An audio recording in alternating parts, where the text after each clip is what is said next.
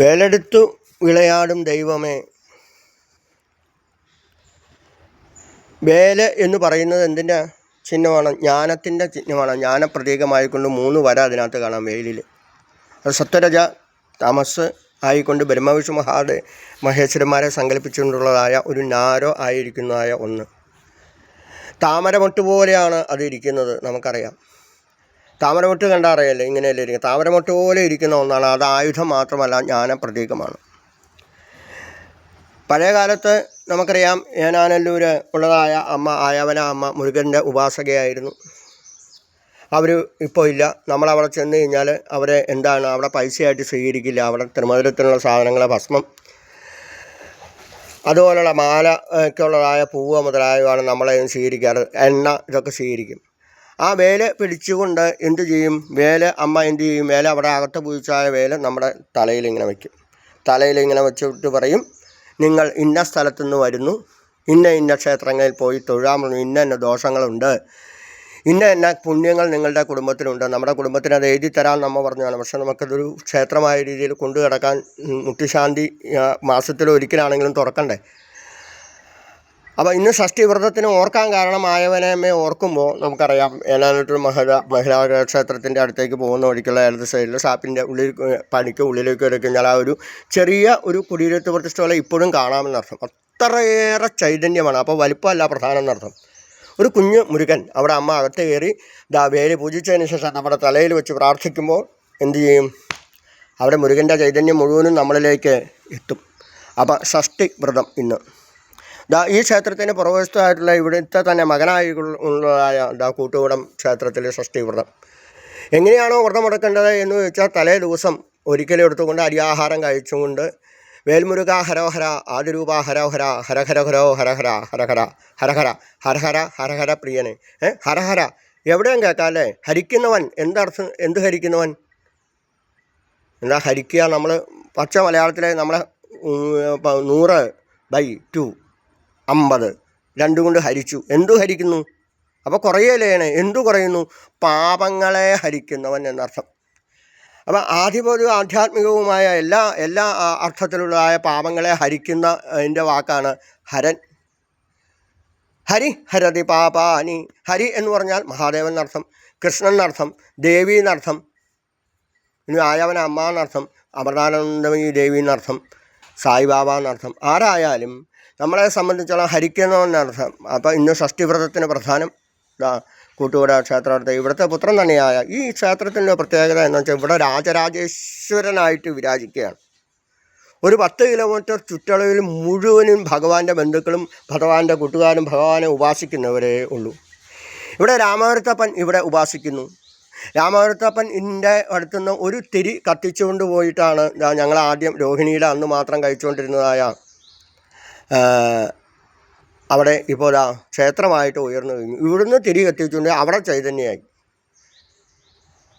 അപ്പോൾ അതുപോലെ അവർ നമ്മളിലേക്ക് സഹകരിച്ചുകൊണ്ടിരിക്കുകയാണ്. അവിടുത്തെ ഉത്സവങ്ങളിൽ അവിടെ അഷ്ടമി രോഹിണിക്ക് അതുപോലെ സപ്താഹത്തിനൊക്കെ ഇവിടുന്ന് വൈകിട്ട് ഇവിടെ തിരി കത്തിച്ചുകൊണ്ട് പോയി ഒരു നേരത്തെ വഴിപാടും കഴിച്ച് അവർ തൃപ്തിയായിട്ട് പ്രദർശനം വെച്ച് ഇവിടുന്ന് പോകുമ്പോൾ ഇവരുടെ ചൈതന്യം അവർ തിരിച്ചറിയുന്നു.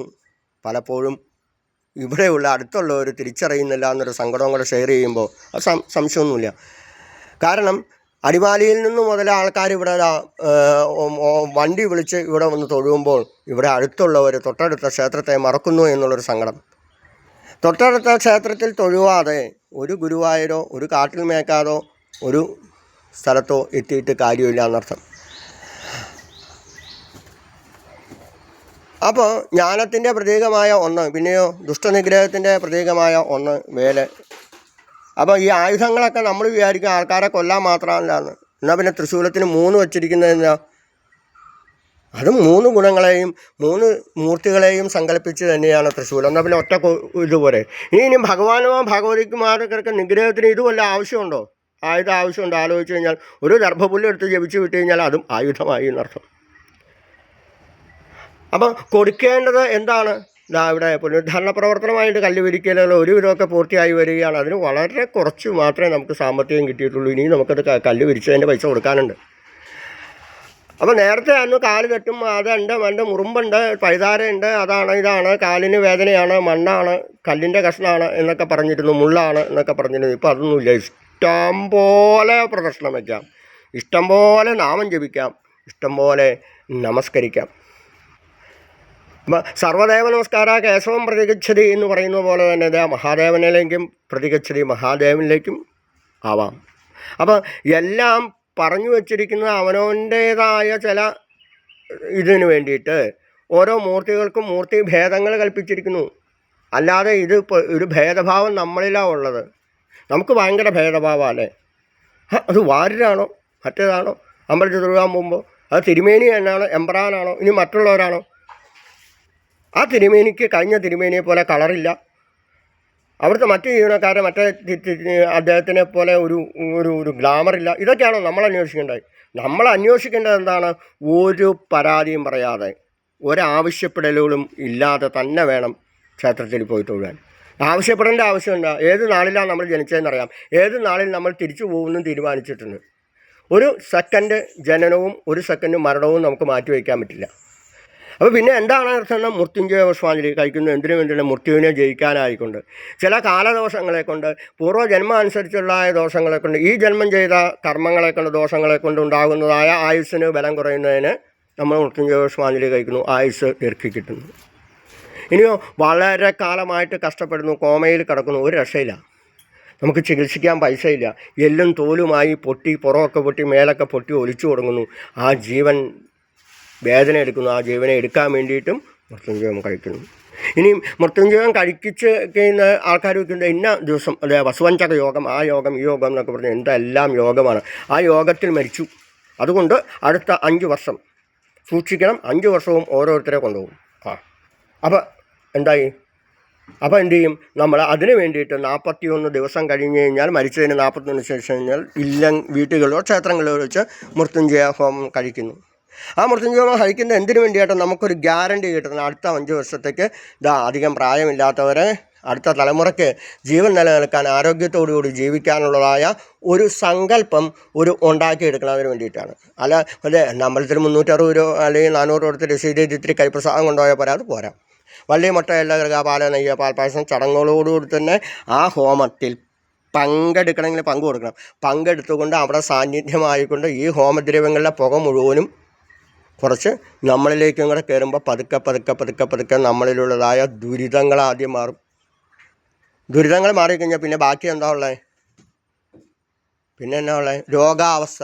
പിന്നീട് ഈ ശ്വാസഗതിയിലൂടെ അകത്തു പോകുന്നതായ ഈ ദ്രവ്യങ്ങളുടെ പുകയിൽ നിന്നുണ്ടായിരുന്ന അകത്തു പോകുന്നതായ ഒന്ന്, അതും കൂടെ ചെന്ന് കഴിഞ്ഞാൽ എന്തായി? രോഗാവസ്ഥ മാറിക്കഴിഞ്ഞാൽ പിന്നെ എന്താ വേണ്ടത്? പിന്നെ കൈവശാദികൾ മുതലായ ആരെങ്കിലുമൊക്കെ ചെയ്തിട്ടുണ്ടെങ്കിൽ അതിന് സംവാദം വലിയ സ്പൂണിലല്ല കഴിക്കണം, 3 തുള്ളി മാത്രമേ സംവാദം കഴിക്കുള്ളൂ. ആ സംവാദം കൊണ്ട് എല്ലാ മാലിന്യങ്ങളും മാറി എന്തായിത്തീരുന്നു?